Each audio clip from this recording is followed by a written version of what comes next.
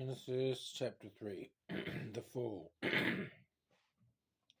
Now the serpent was more crafty than any other beast of the field that the Lord God had made.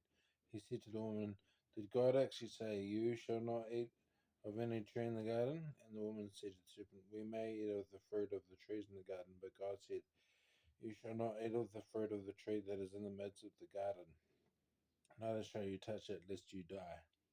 But the serpent said to the woman, 'You will surely not die, for God knows that when you eat of it, your eyes will be opened, and you will be like God, knowing good and evil.'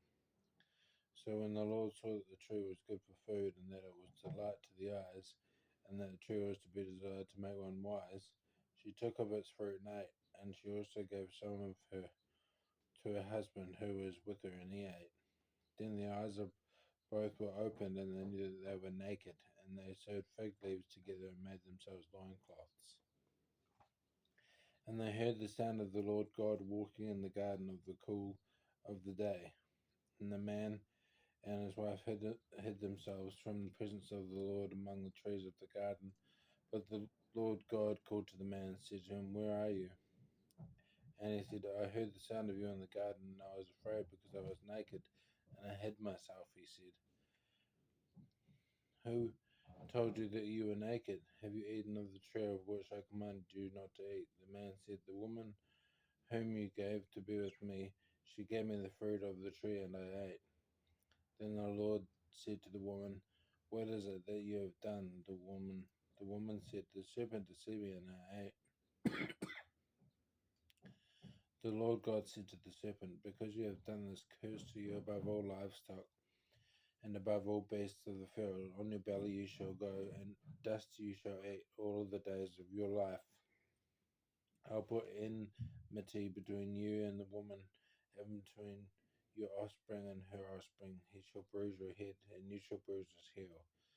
To the woman he said, "I will surely multiply your pain in childbearing. In pain you shall bring forth children. Your desire shall go for your husband, and he shall rule over you." And to Adam he said, "Because you have listened to the voice of your wife, and have eaten of the tree of which I've commanded you, you shall not eat of it. Cursed is the ground because of you. In pain you shall eat of it all the days of your life. Thorns and thistles it shall bring forth for you, and you shall eat the plants of the field. By the sweat of your face you shall eat bread till you return to the ground. For out of it you are taken, for you are dust, and to dust you shall return." The man called his wife's name Eve, because she was the mother of all living things. And the Lord God made Adam and for his wife garments of skins, and clothed them. And the Lord God said, "Behold, the man has become like one of us, knowing good and evil. Now lest he reach out his hand and take also of the tree of life and eat and live forever." Therefore the God sent him out from the Garden of Eden to work the ground from which he was taken. He drove out the man, and at the east of the Garden of Eden he placed a cherubim and a flaming sword that turned every way to guard the way to the tree of life.